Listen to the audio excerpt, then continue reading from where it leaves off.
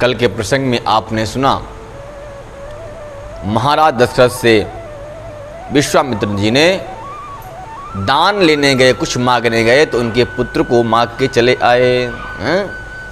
ऐसा संसार में कोई दूसरा नहीं हो सकता जो अपने पुत्र को ही दान कर दे। मैया दान करती है पुत्र को, जब कोई अपने बेटी को दान करता है, कन्यादान जिसको बोलते हैं, है ना। कन्यादान करते ही नहीं करते हैं, करते हैं। लेकिन कन्या को दान करके लोग सोचते हैं कि मैंने किसी को अपने बस में कर लिया है, दामाद को अपने बस में कर लिया। लोग ऐसा सोचते हैं, कन्यादान नहीं करते।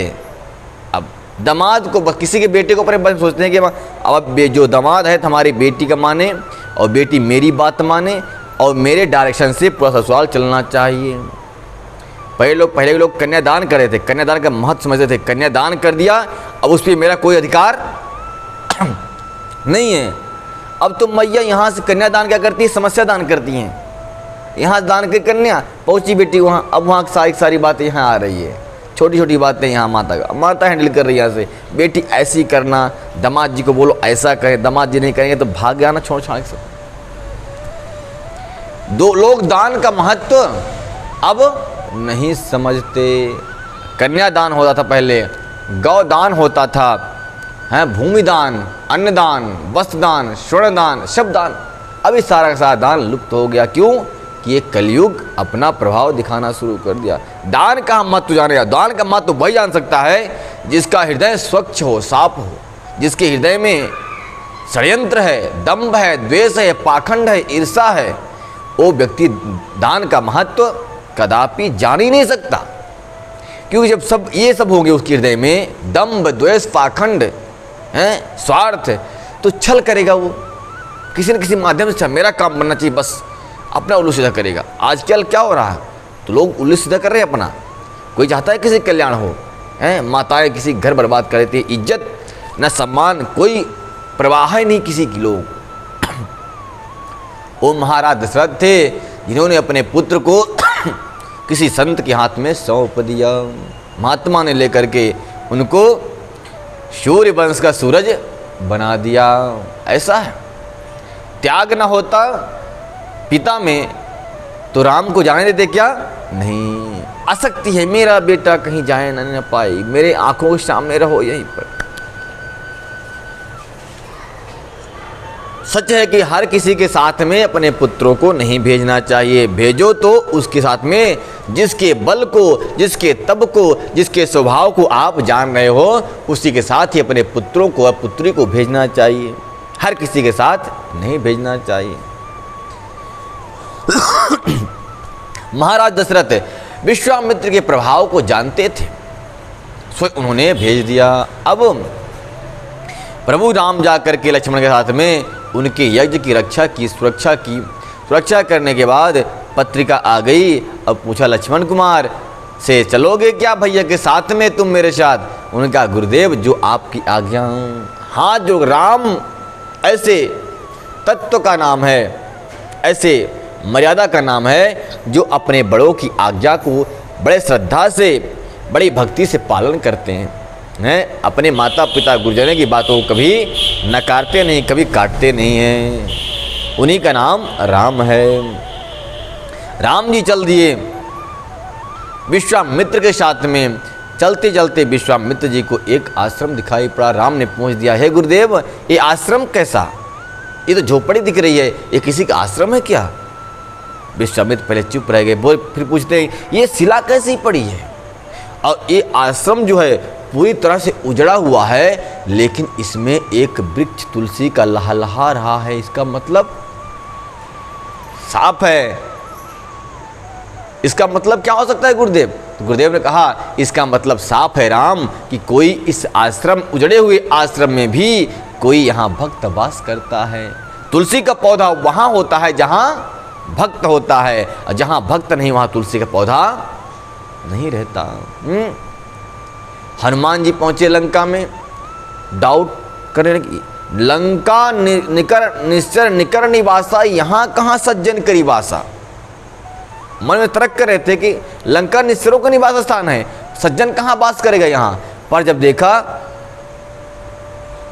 तुलसी के नए नए पौधे लहलहा रहे थे। अरे सोचे पड़े भाई यहाँ तो सज्जन वास कर ही सकता है, फिर तुलसी का पौधा हरा कैसे यहाँ, तुलसी का पौधा किसने लगा दिया। तब राम राम ते सुमिरन कीन्हा, हृदय हरस कप सज्जन चीन्हा। विभीषण जी महाराज अपने कुटिया से जब सुबह सुबह उठे तो राम राम का, जैसे अब कोई जब सुबह सुबह उठता है ना, बेड से धरती पांव रखने से पहले जब निद्रा खुले तो राम का स्मरण कर लेना चाहिए, अपने इष्ट देवता का स्मरण करना चाहिए कि हे प्रभु आज का दिन अच्छे से व्यतीत करना, कोई दुर्घटना, कोई आपत्ति, कोई व्यवधान, कोई व्यवधान हमारे जीवन में न आने पाए। परमात्मा से प्रार्थना कर, ये ज्ञान कहाँ से मिलेगा हैं? जब तक सत्संग नहीं, आप छोटी छोटी बातें कैसे, कौन बताएगा आपको, नहीं बता सकता ना। अब एक दिन के दिन में या शादी सत्संग में भागवत में आपको सारी बातें पता नहीं चल सकती, छोटी छोटी बातें, और छोटी छोटी बातें ही आपके लिए महत्वपूर्ण हैं। तो सुबह सुबह उठे कौन, विभीषण जी महाराज। विभीषण जी महाराज उठते हैं तो राम नाम का सुमिरन करते हैं। राम राम ते सुमिरन कीन्हा, हृदय हरस कपि सज्जन चीन्हा है। राम राम का स्मरण करते हुए जैसे विभीषण जी उठे तो उस लंका निश्चरों के निवास स्थान लंका में भी हनुमान जी ने सज्जन व्यक्ति की पहचान कर लिया, और हृदय जो है तो उत्साहित हो गया, प्रसन्न हो गया। जैसे कहते हैं ना कि आप भी भक्त हो और आप भक्त हो और पहुंच जाए कोई कभी ऐसे नास्तिकों के महल में, नगर में, अब आपको पूर्ण विश्वास हो कि यहाँ राक्षस होगा और कौन होगा, पर वहाँ भी अगर कोई भक्त मिल जाए, अरे वाह, तब तो बोलते संत से संत मिले तो हो जाता है सत्संग। बड़े प्रसन्न हुए हनुमान जी महाराज, बड़ी वार्तालाप हुई। तो कहे जाने तुलसी जहाँ है, जहाँ तुलसी है वहाँ कोई भक्त हो, संत कोई वास करता होगा। राम जी ने कहा प्रभु ये तुलसी हरी है। बोले हाँ, इसका मतलब, बोले इसका मतलब साफ है कि यहाँ कोई भक्त वास करता है। कौन है भक्त वो? तो गोस्वामी जी वर्णन करते हैं, गौतम नारी श्राप बस उपल देह धर धीर, चरण कमल रज चाहते कृपा करहूं रघुवीर। विश्वामित्र जी कहते हैं हे राम, ये जो शिला बनी पड़ी है ये गौतम ऋषि की पत्नी है, जो आपने इतिहास में सुना होगा। बोले हाँ प्रभु। बोले ये गौतम ऋषि की पत्नी आपके चरणों की रज चाहती है, क्या आप दे दोगे? ये आपकी तब से आज तक ये आपकी प्रतीक्षा करी, कई युग बीत गए। देखिए लोग कहते हैं मैंने भगवान को अगरबत्ती जलाई, भगवान मेरी माने ही नहीं, भगवान मेरी सुनते ही नहीं। अरे प्रतीक्षा करना भगवान की अगर कोई सीखे तो अहिल्या से सीखे। अहिल्या पत्थर बन के पड़ी रह गई कि भगवान मेरे दरबार में आएंगे, और उसने ये नहीं कहा कितने युग बीत गए कब आएंगे। भक्त का कभी विश्वास भगवान से नहीं टूटता, और जिसका विश्वास टूट जाए वो भक्त नहीं होता, वो तो पाखंडी होता है, स्वार्थी होता है वो तो है। भक्त तो कह दिया प्रभु तुम आओ या ना आओ, मैं तुम्हारे मंदिर आऊँगा, तुम मिलो या ना मिलो, मनोकामना पूरी हो ना हो, हमारा सिद्धांत है मैं मनुष्य जन्म प्राप्त किया हूँ तो इन तन से, इन मन से, इन हाथों से आपकी सेवा तो करूँगा ही करूँगा, तुम कुछ दो या मत दो। ये सच्चे भक्त की कथा है, हैं? सच्ची भक्त है कौन? अहिल्या जी। ऐसे थोड़ी है वो, पतिव्रता नारी हैं, भगवान का तभी तो वेट कर सकती हैं इतना, नहीं तो मन विचित हो जाएगा कि इतना टाइम हो गया, कोई नहीं जंगल में, मैं कैसे अकेला रहूं। ये राम की कथा सिर्फ कानों से सुनने और निकालने की नहीं है। राम की कथा जो है, रामचरितमानस कथा जो है, जीवन में उतारने की कथा है। जीवन में उतर जाएगी, जीवन पवित्र हो जाएगा उसी क्षण। जीवन की काम, क्रोध, लोभ, मोह, ईर्ष्या, दंभ, द्वेष, और जीवन में अपने आप ऐसा अनुभव होगा कि मैं स्वतंत्र हूँ, मैं भगवान का हूँ और भगवान मेरे हैं, और अपने आप ही यह मन सदा ही प्रसन्न रहने लग जाएगा।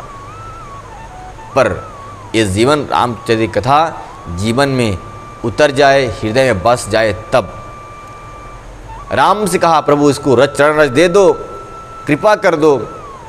राम ने सारी कहानी पूछी, क्यों ये अहिल्या, माता अहिल्या की कथा मैं सुना हूँ, लेकिन पत्थर कैसे बन गई बता दो। बोले एक पुरुष ने इस पर अत्याचार किया और दूसरे पुरुष ने इसको श्राप दे दिया।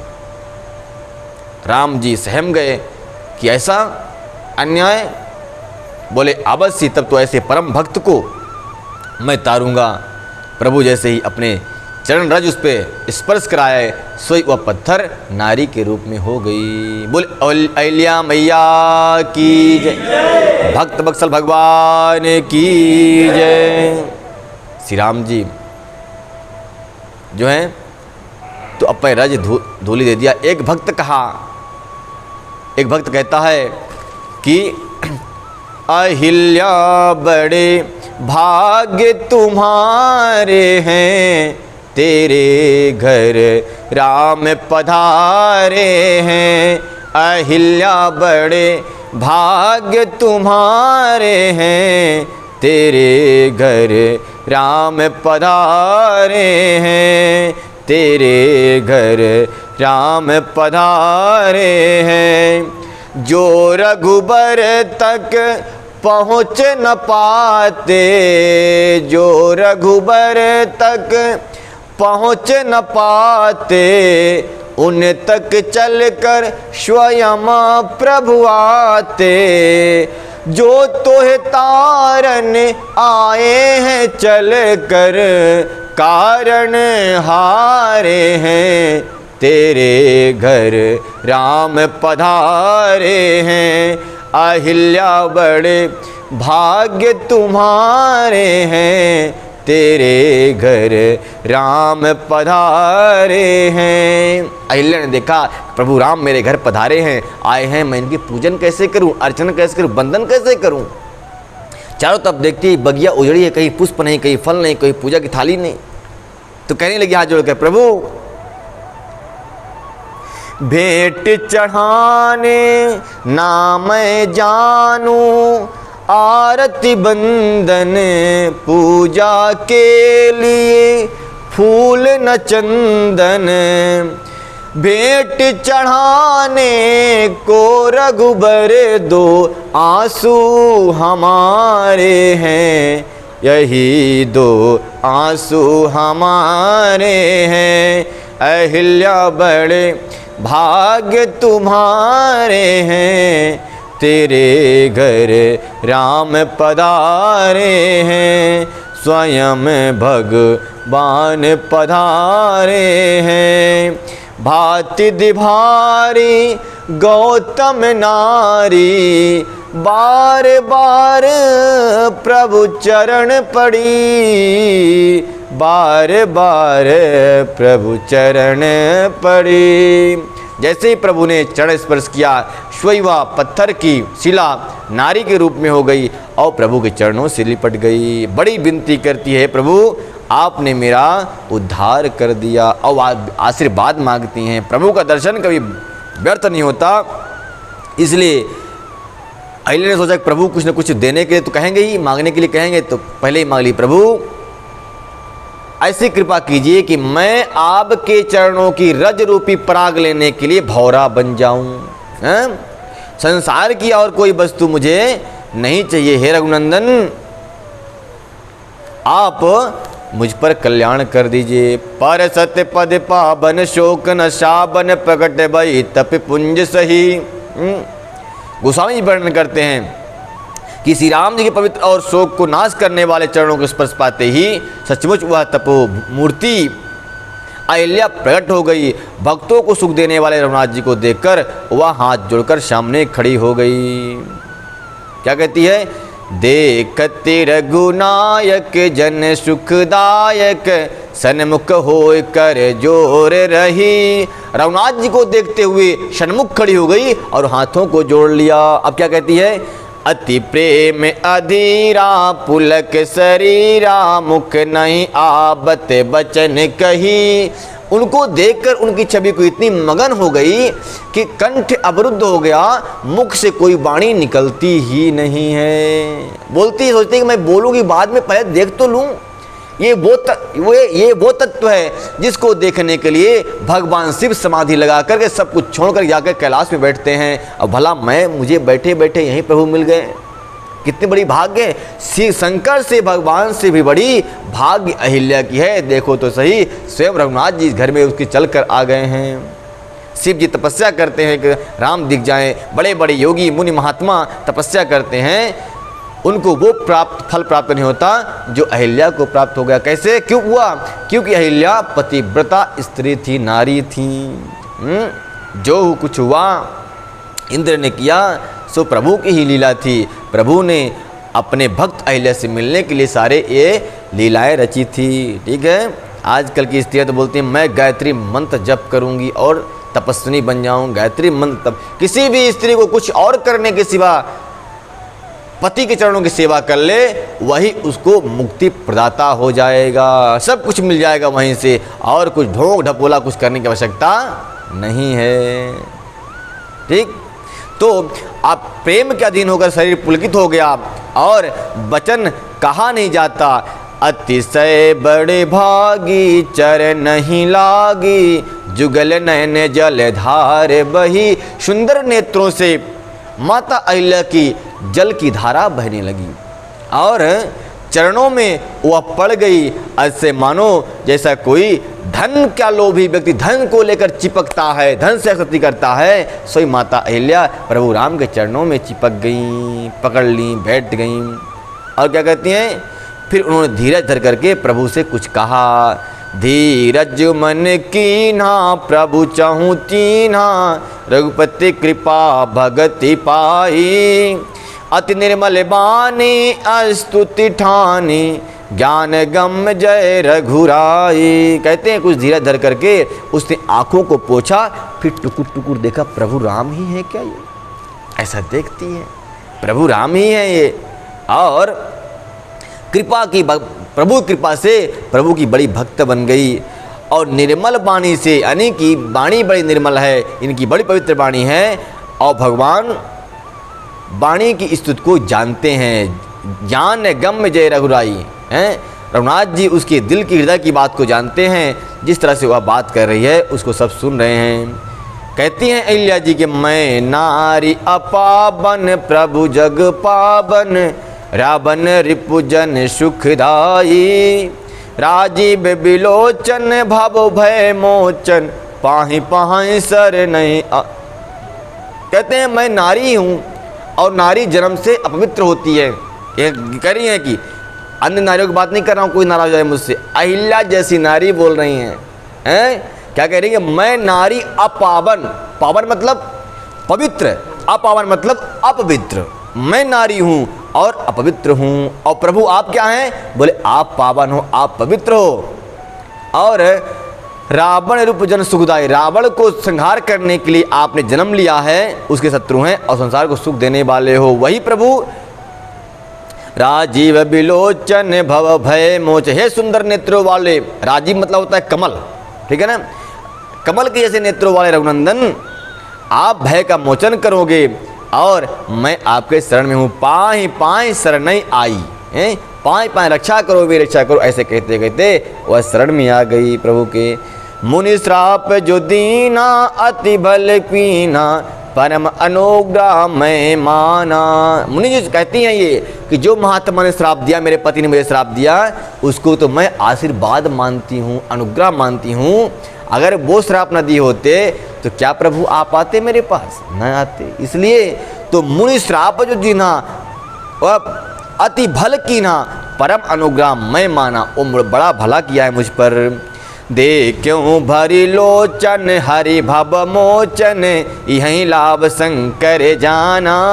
कहते हैं जिन्होंने अपने नेत्रों से रघुनंदन जी को देख लिया वह भव से पार हो गया।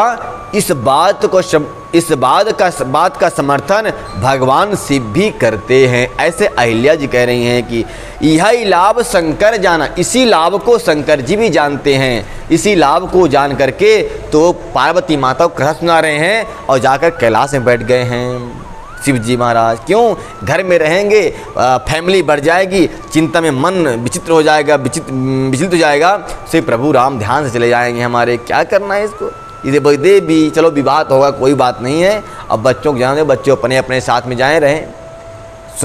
सुंदर विवाह कर दिया सबका, गणेश जी का साथ विवाह किया रिद्धि सिद्धि के साथ में, और बोला गणेश जी बोले पिताजी मैं कहे चलूँगा, आपके पास नंदी जी हैं, मुझे क्या दे दो। मुझे भी कुछ दे दो। बोले जाओ चूहा को ले जाओ, तुम चूहा के साथ में घूमते रहना, जहाँ जहाँ तहाँ जाना, ससुराल चले जाना बार बार तुम। तो गणेश जी महाराज को बोले जाओ ससुराल में तुम डेरा डाल लो, वहीं चूहे के साथ रहो, अपने पत्नी के साथ रहो, अब मुझे राम के काज में बाधा मत डालो, मैं राम का दास हूँ और राम के ध्यान में ही रहना चाहता हूँ। सोई कह रही हैं कि इस महत्व को, राम के दर्शन रूपी सुख के महत्व को कौन जानता है? बोले भगवान शिव जानते हैं। ये भी सही लोग क्या जानेंगे? जिनका मन विषयों से अभी तृप्त नहीं हुआ है और राम की कथा को, राम की बात को क्या जानेंगे? अगर बोलोगे चलो चलो कथा में, बोले नहीं नहीं मुझे नहीं जान, तुम चले जाओ तुम चले जाओ। ये विषय लोग, मूर्ख लोग क्या जानेंगे राम कथा को? कौन जाता है? एक गौतम नारी की पत्नी कह रही हैं, अहिल्या जी कह रही हैं, जिनके चरणों में, जिनको प्रभु ने चरण स्पर्श करा दिया है। बिनती प्रभु मोरी मैं अति भोरी, नाथ न मागहूँ बर आना, पद कमल परागा रस अनुरागा, मम मम मन मधुप को तापाना। कहते हैं कि मैं इतनी विनती करती हूँ प्रभु, हे नाथ, विनती प्रभु मोरी, मेरी विनती है कि मैं अति भोरी हूँ। भोरी मतलब होता है भोली, हैं? मैं बहुत भोली भाली हूँ। हे प्रभु मेरी विनती इतनी है कि मुझे और कुछ वरदान मत दीजिए, मुझे सिर्फ इतना वरदान दीजिए कि आपके चरणों की लाल लाल लालिमा को लेने के लिए मेरा मन, मेरा तन, मेरा जीवन भौरा बन जाए और आपके चरणों से सदा ही लगा रहे। बोल मर्यादा पुरुषोत्तम श्री राम की जय। इस प्रकार से माता अहिल्या ने प्रभु की स्तुति कर दी।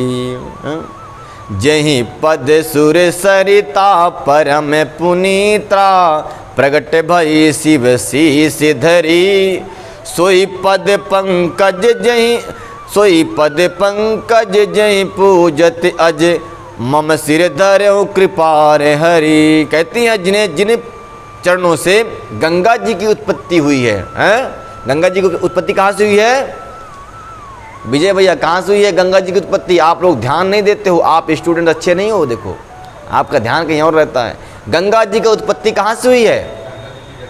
जरा से अरे कैसे बोलते हैं, यही तो मालूम नहीं आपको। गंगा जी की उत्पत्ति भगवान राम के चरणों से हुई है, यानी भगवान नारायण के चरणों से गंगा जी की उत्पत्ति हुई। फिर वह उत्पत्ति उसको भरा, ब्रह्मा जी ने अपने कमंडलों में भर लिया और कमंडलों में बहुत कई हजार वर्ष तक रही वो। जब भागीरथ ने तपस्या किया तब उस कमंडलू से ब्रह्मा जी ने छोड़ा तो नक्षत्र, ग्रह, स्वर्गलोक इत्यादि को फाड़ते हुए वो कैलाश पे गिरी। कहीं और गिर जा सकती थी, महाराष्ट्र में भी आ सकती थी डायरेक्ट, लेकिन यहाँ गिरती ना, ये धराशायी हो जाता, धरती चली जाती रसातल में, इसलिए कैलाश में गिरी। शिव जी को बनाया गया, शिव जी संभालो, इनका वेग कौन संभालेगा? तब शिव जी ने कैलाश रूपी शिव अपने मस्तक में धारण किया, फिर उन्होंने धीरे से उनको प्रवाहित कर दिया। डायरेक्ट कोई पानी गिरेगा तो गड्ढा नहीं हो जाएगा धरती पर, वैसे भी डाले पानी आप छत से कहीं नीचे जाइए, देखिए क्या होता है मिट्टी में, तो धरती फट जाती। इसलिए उन्होंने, शिव जी तपस्वी हैं, तपस्वी ही किसी का वेग सहन कर सकता है, सब नहीं, सब तो बिखर जाएंगे, टूट जाएंगे। हाँ, शिव जी ने उसको जटाओं में धारण किया। जटाओं में धारण करने के बाद माता जी का जो सांस है फूलने लगी। बोले श्री छोड़ो छोड़ो, मेरी सांस फूल रही, क्यों बांध दिए तुम्हें तक टाइट होकर के? बोले माता देखो एक बात है, तुमने 3 पुष्ट लगा दिए आने में ना, इसलिए तुमको सजा दूंगा, मैं दंड दूंगा। बोले प्रभु अभी ऐसा नहीं हो, कभी तुम छोड़ दो मुझे अभी अभी। तब शिव ने छोड़ा, नहीं तो बोल रहे थे कि अब तो समझ देवता आ जाओ मेरे पास। शिव जी ने क्लास लगा दी सबकी, सब पूछने लगे बताओ कितने दिन में तुम मानोगे? 3 पुष्ट ले लोगे तुम मानने? बोले सब बोले नहीं नहीं नहीं महाराज। किसी ने कहा मैं 3 दिन में, किसी ने कहा 3 महीने में, तो किसी ने कहा 3 साल में। सब ने कहा 3 साल की सबको समय दिया गया, ज़्यादा ज़्यादा 3 साल। इसके बाद समस्त मंत्रों की शक्ति आपको प्राप्त हो जाएगी, समस्त देवताओं की सिद्धि 3 साल के अंदर प्राप्त होती है, इससे ज़्यादा समय नहीं लगेगा। 3 पुष्टि नहीं लगी, असमंजस गए, दिलीप गए, फिर भागीरथ में आई, है ना, 2 लोग तो ऐसे चले गए, समाप्त हो गए। तीसरे में ये भी समाप्त होने वाले थे कि माता जी आप पहुँचिए। तो शिव जी ने देखा सारी बातें कि तुम इतना टाइम लगाओगे आने में, क्या तो वहाँ तो मर जाएंगे लोग तुम्हारे बिना। तो उन्होंने जब जटा में आई तो बांध दिया पकड़ के वहीं पे। माँ ने मुंह फाड़ करी, अरे मैं तो जा रही हूँ प्रभु, छोड़ो मुझे। तब उन्होंने जब कहा देवताओं ने कि हे भगवान शिव छोड़ दीजिए, इनका कल्याण होना चाहिए सगर के पुत्रों का, सो भगवान ने सबसे प्रतिज्ञा ली कि 3 दिन 3 महीना या 3 साल में भक्तों पर कृपा करोगे तभी मैं छोड़ूंगा, नहीं तो नहीं छोड़ूंगा। सबने बोला हाँ हाँ महाराज, 3 साल के अंदर सब काम बन जाएगा लोगों का, है ना। 3 साल के अंदर बनने वाला है काम, चिंता मत करें। तो गंगा जी की उत्पत्ति कहाँ से? भगवान नारायण के चरण कमल से। कौन से नारायण के चरण कमल से? जब भगवान ने वामन रूप धारण किया था, जब 3 पग में पृथ्वी नापा, हाँ तीसरा पग जो है तो ब्रह्मांड का भेदन करते हुए सत्यलोक में पहुंचा, तो ब्रह्मा जी ने देखा ये किसका चरण है भाई? बोले ये तो प्रभु नारायण के चरण है। तब उन्होंने अपने कमंडलू जल के से धुला उनको, उनके पाँव को, और धुल करके अपने कमंडलों में भर लिया, वही गंगा हो गई हैं। भागवत पदवी भी कहते हैं, गंगा भी कहते हैं, भागवत मतलब भगवान के पाँव से निकलने के कारण उनको भागवत पदवी भी कहते हैं। और इनको जाह्नवी भी कहते हैं। जब ये धरती पर आई प्रभावित होने लगी तो जन्नू मुनि थे, जन्नू ऋषि, उनके आश्रम को बहा दी इन्होंने। जब आश्रम को बहा दिया तो जन्नू ऋषि बड़े तपस्वी क्रोधी, अरे देवी तुम्हारी इतनी हिम्मत, मेरे आश्रम को बहा दोगी? सोई पी लिए उठा के, पूरी गंगा समाप्त। बोले अब भागीरथ बोले कि अब क्या करूं भगवान? देखिए जन्नू ऋषि प्रार्थना करने लगे, जन्नू ऋषि इनको छोड़ दीजिए प्रभु, हमारे पूर्वज हमारे तर जाएं। बोले नहीं छोड़ूंगा, नहीं छोड़ूंगा, इन्होंने मेरे आश्रम को प्रभावित कर दिया। तब बड़ा उन्होंने विनय किया भागीरथ ने, तब जाकर छोड़ा। बोला पी लिया हूँ तो कहाँ से निकालूं? तो उन्होंने जंघा को फाड़ करके फिर जब निकाला तो जंघा से निकलने के कारण इनका नाम हुआ जाह्नवी। जन्नू ऋषि की पुत्री के समान है ये, इसलिए इनको जाह्नवी कर दिया। कहीं और से निकालते तो अपवित्र जाती, इसलिए जंघा को फाड़ दिया इन्होंने। तो गंगा जी की उत्पत्ति इस तरह से हुई है, ठीक है ना। इस प्रकार को अब ये क्या है कि आपके वैज्ञानिक की सारी बातें नहीं बता पाएंगे, हाँ इस बात सोचते हैं ना। सबसे बड़ा वैज्ञानिक वो है जो वेदों को पढ़ लिया हो, शास्त्रों को पढ़ लिया हो, सारा कोई नहीं जान सकता इस बात को। तो अस प्रभु दीन बंधु हरि कारण रहित दयाल, तुलसीदास सठते ही भजू छाण कपट जंजाल। गोस्वामी तुलसीदास जी बड़े प्रसन्न हो रहे हैं और अपने मन को डांट रहे हैं। तो गौतम की नारी अहिल्या जी कहती हैं कि जिनको भगवान ने आपके चरणों की से निकली हुई गंगा को अपने सिर पर धारण कर किया है,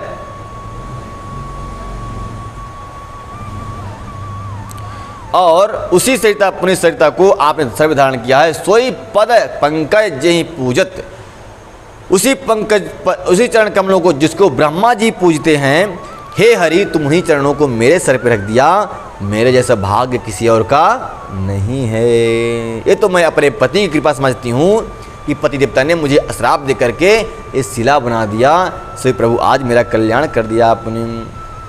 यही बात सिधारी गौतम नारी, बार बार हरि चरण परी। यानी गौतम ऋषि की पत्नी बार बार प्रभु राम के चरणों में पड़ती हैं, विनय करती हैं, विनती करती हैं। जो अति मन भावा सो बरु पावा, गई पति लोक आनंद भरी। हैं जो इनके मन में बात थी, जो मन को प्रसन्न होने वाली आशीर्वाद थी, वही आशीर्वाद पा लिया। क्या?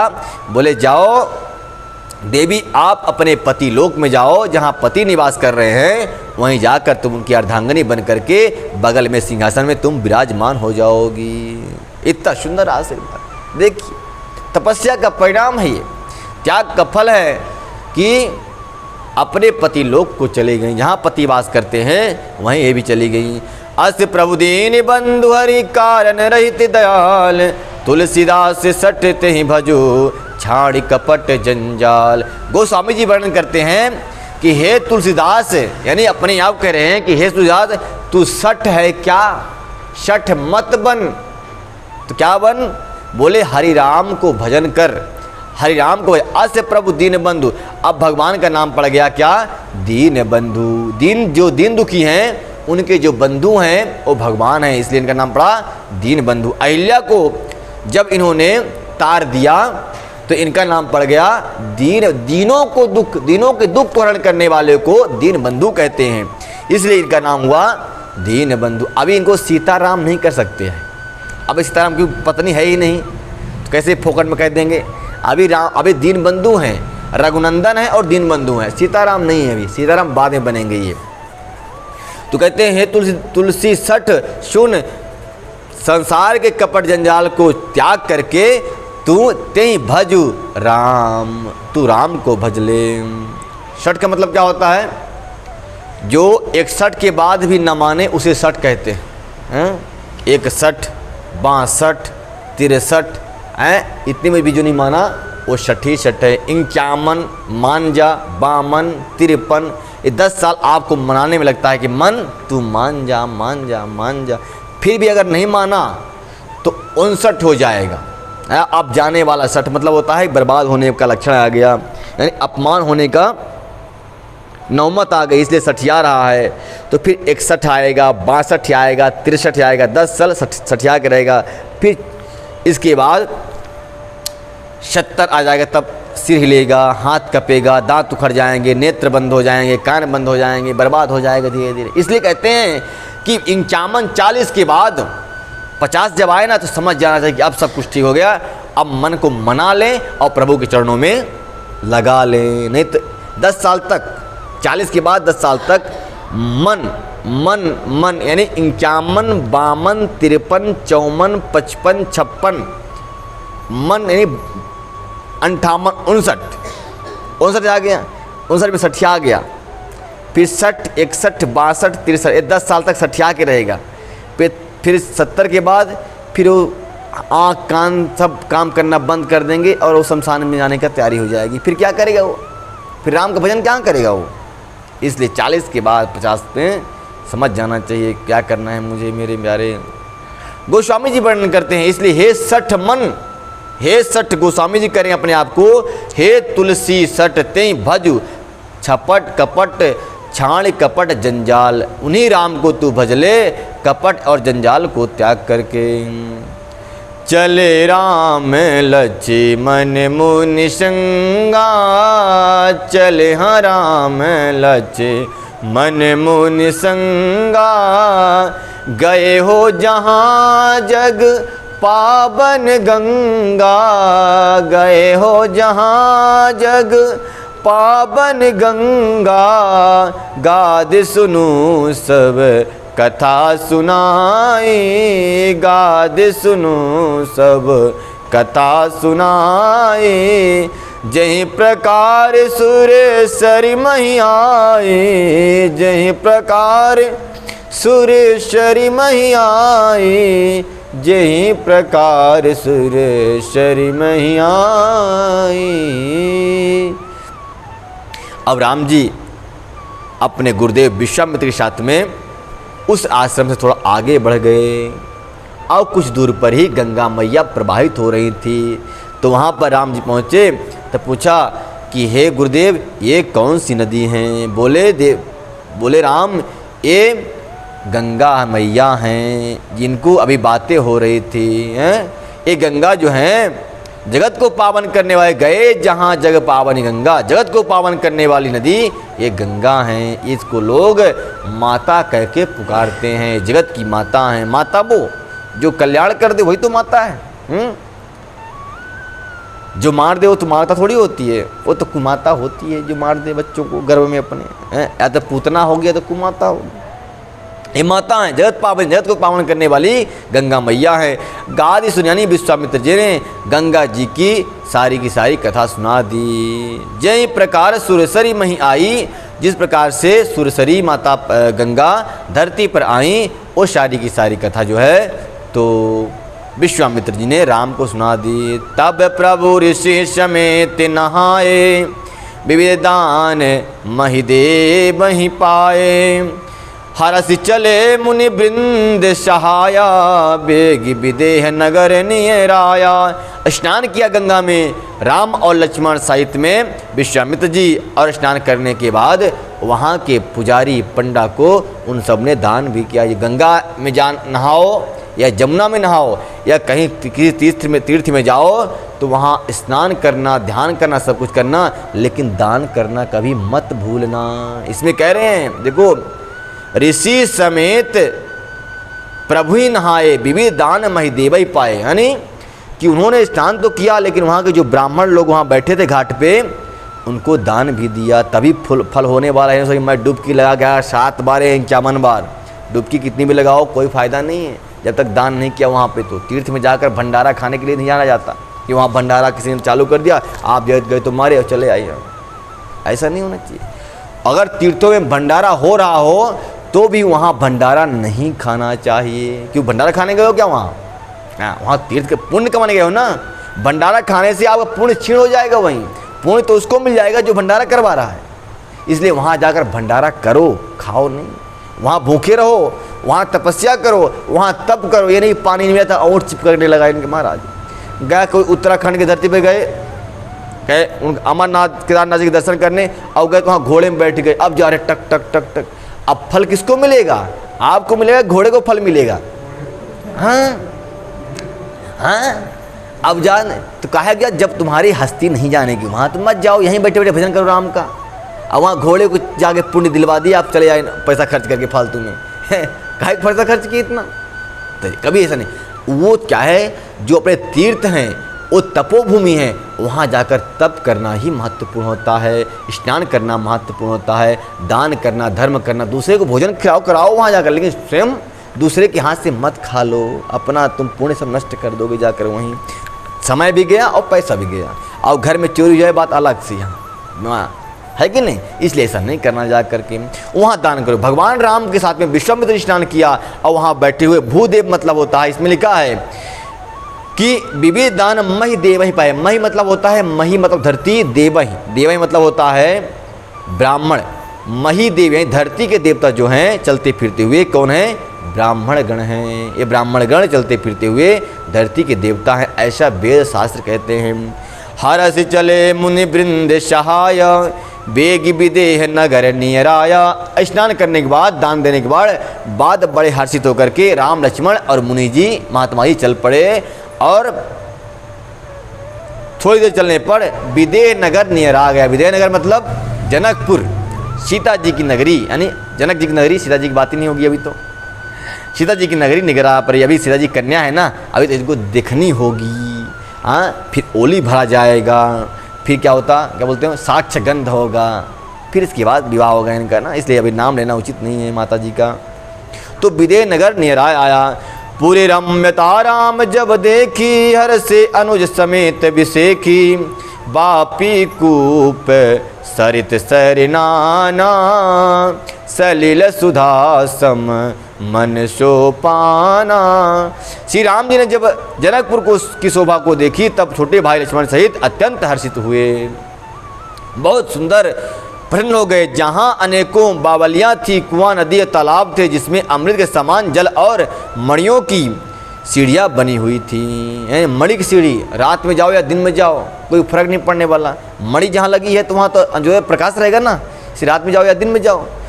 तो राम जी अपने लक्ष्मण जी के साथ बताते हैं, देखो लक्ष्मण कुमार, जनकपुर की कितनी सुंदर शोभा हो रही है। जनकपुर कहते हैं कि अयोध्या से भी पावन श्रेष्ठ थी। हैं क्यों साक्षात वहाँ तो लक्ष्मी जी का जन्म हुआ था ना। जिसका जहाँ लक्ष्मी जी, जहाँ जिस कन्या का जन्म होता है, वहाँ कभी धन की कमी थोड़ी रहती है। वहाँ धन तो अपने आप बना ही रहता है, स्वच्छता तो रहती ही है, सुख भी रहता है, शांति भी वहाँ बनी रहती है। उसे भी लड़कों की अपेक्षा लड़कियाँ शांति रहती हैं, सौम्यता रहती हैं। उधम करने वाले सबसे ज़्यादा लड़के ही होते हैं। कहते हैं देखो कितनी सुंदर यहाँ की जो वातावरण कितना सुंदर दिख रहा है। हे लक्ष्मण कुमार जी, यहाँ की सीढ़ियों पर देखो अनेकों प्रकार के मड़ियाँ लगी हुई हैं। गुंजत मंजुमत रस भृंगा, कूजत कल बहुबरन बिहंगा। बरन बरन बिकसे बन जाता, त्रिविध समीर सदा सुखदाता। कहते हैं कि वहाँ पर जो बावली थी, बावली में पन्ने की और मड़ियों की सीढ़ियाँ लगी थी। साथ में उन्हीं के वन और उपवन भी थे, जहाँ अनेकों प्रकार के पुष्प खिले हुए थे और अनेकों प्रकार से भौरे गुंजार कर रहे थे। और मंद मंद त्रिविध बयारी प्रवाहित हो रही थी। त्रिविध मतलब होता है, त्रिविध बिहारी का मतलब होता है हवा है। मंद मंद हवाएं उन पुष्पों को सुगंध लेकर के चारों तरफ फैल रही थी। तो वहाँ का जो दृश्य था बड़ा ही अद्भुत प्रतीत हो रहा था। सुमन बाटिका बाबवन विपुल विहंग निवास, फूलत फलत सुपल्लवत शोहत पुर चहुपास। कहते हैं फूलते फलते जो वहाँ के पल्लव थे, वृक्ष थे, और चारों तरफ की वातावरण को बड़ा सुंदर कर रहे थे।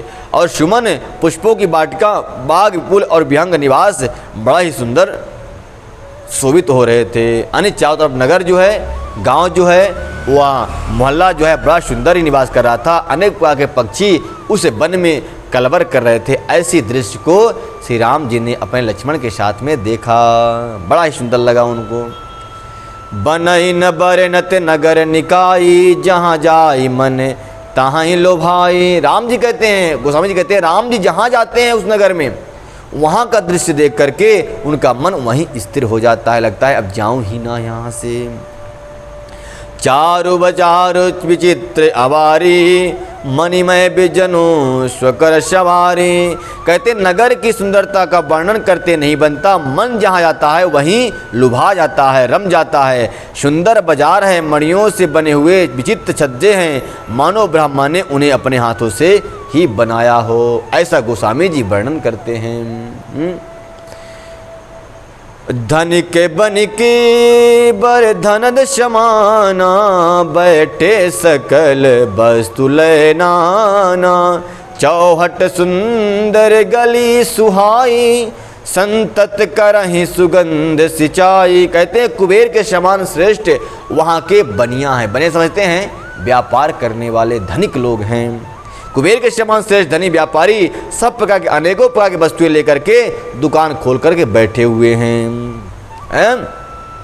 और सुंदर चौराहे हैं और सुहावनी गलियां हैं, सदा सुगंध से सिंचित रहती हैं। वहाँ के लोग नगरवासी बड़े सुंदर समझदार हैं भाई। अपने घर के आंगन में जो है झाड़ बुहार करके रखते हैं, झाड़ू उड़ू मार के रखते हैं, स्वच्छ रखते हैं। अगर की और सुगंध, अगर की और इत्र सुगंधित तेलों की, इत्रों की सुगंध चारों दिशाओं में छिटक रही है। क्यों? क्योंकि जनक जी की राजधानी है वो। वहाँ के लोग सब समझदार हैं, स्वच्छता रखते हैं और गलियों में सुगंधित रखते हैं। पुष्पों की वर्षा भी हो रही है। मंगलमय मंदिर शव केरे विचित्र, चित्तित जनु रतिनाथ चितेरे। पुर नर नारी शुभग सुंचित संता, धर्मशील ज्ञानी गुणवंता। सबके घर में मंगलमय और उस पर चित्र चढ़े हुए हैं और मानव कामदेव रूपी चित्रकार ने अंकित किया हो। नगर में सभी स्त्री पुरुष पवित्र, मधु और शाल स्वभाव वाले धर्मात्मा और ज्ञानी हैं। जनकपुर में जो लोग हैं वो सब के सब ज्ञानी हैं और धर्मात्मा हैं। और वहाँ की कारीगरी जो है मानो ऐसा लगता है रति के पति मतलब कामदेव, कामदेव ही वहाँ चित्रकारी कर दिया हो, उस नगर को सजाया हो, ऐसा लगता है। तभी तो जहाँ देखो वहीं मन लग जाता है। ऐसा राम जी वर्णन कर रहे हैं। राम जी कह रहे हैं, राम जी का जो है तो ऐसा अनुभव लग रहा है, ऐसा अनुमान हो रहा है और गोस्वामी जी इसी बात को वर्णन कर रहे हैं। समय ज़्यादा हो गया क्या? बंद कर दूँ? चालू रखूँ क्या? हाँ, अम्बोरे काका को नींद आ रही है। हाँ। बोल वृंदावन भाई लाल की। अति अनूप जहाँ जनक निवासु, बित कहीं विपुदी बिलो की बिलासु।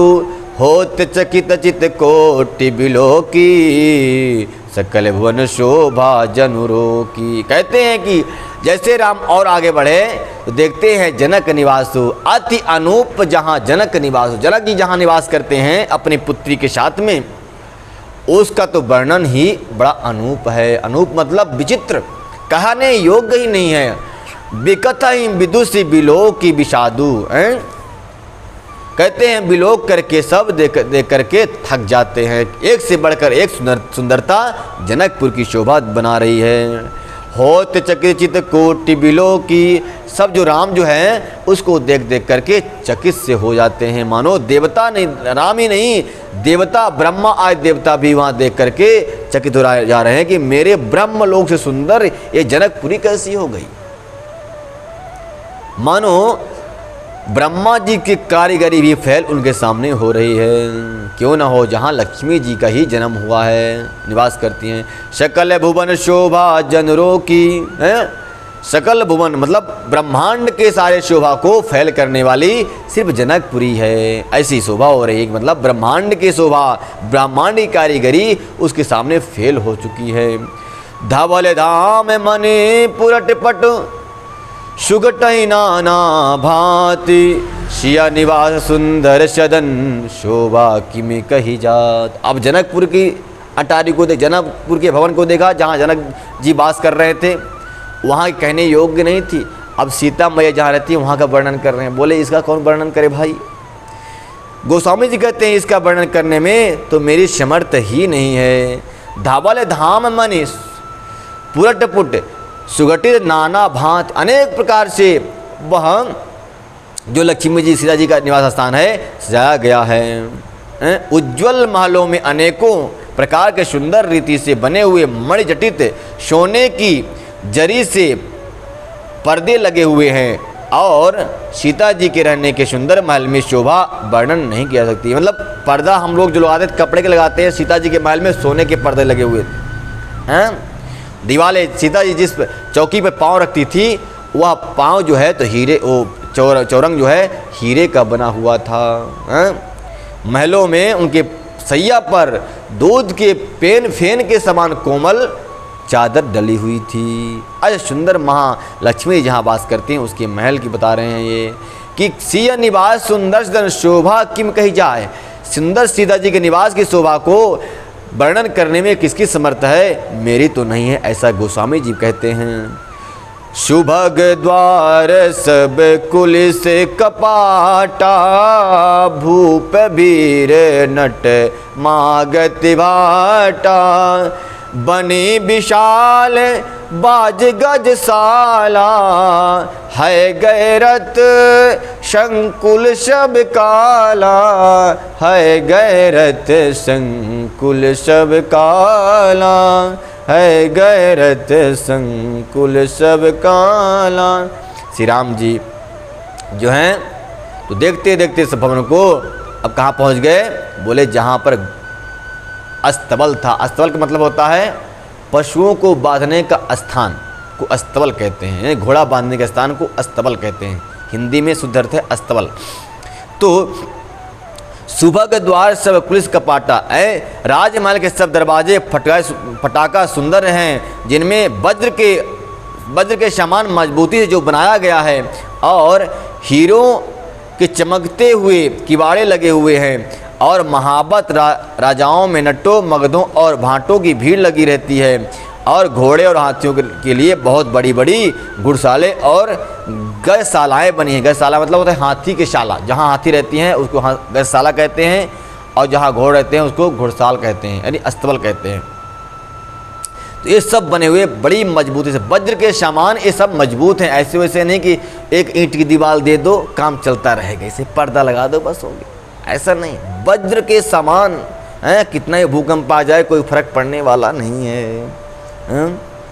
ईंट के दीवार के समान और 2-2 इंच के पिलर दे दिया, अब 18 बिल्डिंग कर दिए तो गिरना ही गिरना है उसको। तो भाई कभी भूल गई फ्लैट मत लेना भाइयों। फ्लैट मतलब कुछ नहीं, अपना हाउस हो ठीक है, अपना बंगला होना चाहिए। धरती अपनी और आसमान भी अपना है। धरती भी अपन, अब पता चला फ्लैट ले लिए, अब कोई आपके सर पे जूता पहन के नाच रहा ऊपर छत के ऊपर, क्या मतलब ऐसे में। इसलिए फ्लैट मत लेना, सब कोई लेना तो अपना हाउस होना चाहिए।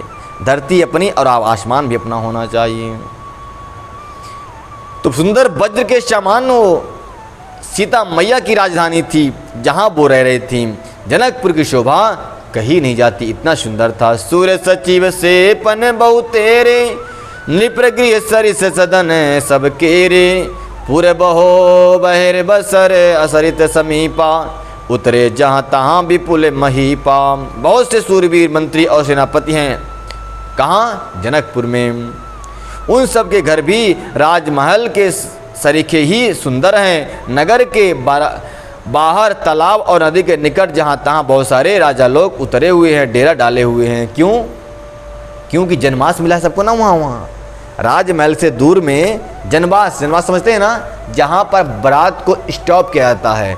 यहाँ बारात रुके, जलपान करे, थोड़ा सा पाउडर लगा ले गालों वोलों में, फिर वहाँ भवन में जाएंगी। कहाँ? जहाँ सीता जी स्वयंवर होगा। राम ने देखा, पूछा अगर लक्ष्मण कुमार जी मैं भी कुछ लगा लूँ क्या, लॉलीपॉप वगैरह गाल में अपने? राम ने कहा प्रभु आप तो खुद स्वयं सुंदर हैं, आपको लगाने की आवश्यकता क्या है? ज़्यादा श्रृंगार तो वो करता है जो सुंदर नहीं होता।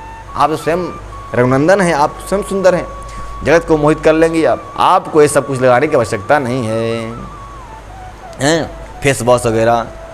सूर सजीव से न बहुतेरे नृपय सरि सब सदन के केरे, पूरे बाहर सर सरे समीपा उतरे जहाँ ता विपुल महीपा, देखी अनूप एक अबराई, सब सुपास सब भांति सुहाए, कौशिक कहूँ मोर मनो ना माना, यहाँ रहिए रघुबीर सुजाना। एक सुंदर वहाँ पर अबराई को देखा प्रभु ने महात्मा जी के साथ में। अबराई के साथ में यहाँ पे कह रहे हैं कि वहीं आमों का एक अनुपम बाग को देखकर, जहाँ सब प्रकार के सुभीत थे और जो सब तरह से सुहावना था, विश्वामित्र ने कहा हे रघुनाथ जी मेरा मन कहता है कि हम लोग यहीं ठहर जाएं। जैसे सब राजा लोग, कोई नदी के तट पे ठहरा हुआ है, कोई तालाब के तट पर ठहरे हुए हैं, बहुत सारे योद्धा हैं। तो इन्होंने कहा कि मैं ना नदी के तट पे जाऊंगा ना तो सरोवर के तट पे जाऊंगा, मैं तो अबराई में जाऊंगा, क्यों फलहार भी हो जाएगा वहाँ ना, आम पके होंगे तो, और आम को तोड़ने के लिए मैं माहिर, राम लक्ष्मण तो हैं ही, एक निशाना मारेंगे तो पूरा नीचे आ जाएगा, तो फलहार की व्यवस्था हो जाएगी यहाँ तो। इसलिए अपने शिष्य को लेकर, राम लक्ष्मण जैसे शिष्य को लेकर के श्री विश्वामित्र जी ने वहीं पर डेरा जमा लिया। भले ही नाथ कही कृपा निकेता, उतरे तहाँ मुनि वृंद समेता, विश्वामित्र महामुनि आए, समाचार मिथिलापति पाए। अपने गुप्तचरों के द्वारा मिथिलापति यानी कि जनक जी महाराज ने ये समाचार पा लिया कि गुरुदेव विश्वामित्र जी पधारे हैं अमराई में। सोई चले आए आप पूजा की थाली लेके पूजा की थाली हैं, आरती गुरु की उतारी। बहुत सुंदर से मन में विचार करते हुए ये पहुंच गए वहाँ पर। संग सचिव सुचि भूप भट, भूसुर बर गुरु ज्ञाति, चले मिलन मुनि नाय कहीं, मुदित राव यहीं भांति। श्री जनक जी ने महाराज ने अपने सचिव को लेकर यानी मंत्री को लेकर के और अनेक योद्धाओं को लेकर सुभट भूरि भट भूसुर सब गुरु ज्ञाति यानी सबको लेकर के वो अगवानी करने के लिए चल पड़े। और श्रेष्ठ ब्राह्मण भी साथ में थे, ब्राह्मण श्रेष्ठ ब्राह्मण गुरु, और इनके गुरु का नाम है शतानंद जी महाराज हैं, जो पहले के महान राजा होते थे ना, राजा लोग, चाहे शिवाजी महाराज हों, चाहे महाराणा प्रताप हों, चाहे राजा जनक हो, चाहे राजा दशरथ हों, ये सब लोग बिना गुरु के मार्गदर्शन से कोई भी काम नहीं करते थे। इसीलिए तो सफल जीवन था इनका। और हमारा जीवन क्या है? असफल जीवन। रो रहे हैं महाराज जी क्या करूं, मेरा तो चल रहा है बराबर, धंधा नहीं चल रहा। इसीलिए परेशान है ना कि आप जो काम करते हो शुभ मुहूर्त में करते नहीं हो, अब जब मन मूड आया तभी कर दिए, इसलिए समस्या में घिरे रहते हैं, क्योंकि मार्गदर्शन करने वाला कोई गुरु नहीं है। इसलिए तो आप सर पकड़ के रो रहे हैं महाराज क्या करूं। अब महाराज क्या करें, अब तो जो आपने कर्म किया उसका फल तो भोगना ही पड़ेगा ना। तो अपने गुरुदेव को साथ में लेकर के ये विश्वामित्र से मिलने जा रहे हैं। शुभ मुहूर्त पूछा होगा, भाई देखो विश्वामित्र आए हुए हैं, शुभ मुहूर्त बताओ कब जाऊं, कहीं हम उनका माथा ना सनक जाए मेरे ऊपर के श्राप दे दें, आशीर्वाद देने की जगह। तो शुभ मुहूर्त विचार करते हैं कौन? गुरुदेव महाराज। हाँ इस समय अच्छा है राजन, चलो मुलाकात के लिए चलते हैं। जहाँ न होने वाला काम हो वहाँ भी काम हो जाता है जब हम शुभ मुहूर्त में काम करते हैं। आज तक बोलते हो, आजकल के लोग बोलते हैं शुभ मुहूर्त देखा, ये सब पुराने लोगों की बात था, पुराने ज़माने के लोगों की बात था। अरे भाई पुराने ज़माने लोगों की बात था ज़रूर है, लेकिन क्या आपके लोग खाना नहीं खाते क्या? पुराने लोगों की तरह खाते हैं ना, पुराने लोगों की तरह खाना भी खाते हैं, पुराने लोगों की तरह पहनते भी हैं और पुराने लोगों की तरह बोलते भी हैं, और शरीर का मॉडल भी पुराने लोगों की तरह है ना। ये नया मॉडल तो कहीं और से होना चाहिए, फिर कान कहीं और, नाक कहीं और हो जाना चाहिए अगर नया मॉडल है तो। मॉडल कुछ नया नहीं है, ये जो कहते हैं नया मॉडल है ना, उनकी बुद्धि जो है तो भ्रष्ट हो चुकी है। बुद्धि में कलयुग बैठ चुका है, उनका कल्याण होने वाला नहीं है, उनके साथ हादसा होने वाला है। बोल वृंदावन बिहारी लाल की जय। आज की कथा यहीं तक, कल और कथा सुनाई जाएगी। तब तक के लिए जय जय श्री राधे श्याम। इसलिए भाइयों, अपने जीवन में गुरु जरूर बना लेना, अपना जीवन सफल बना लेना।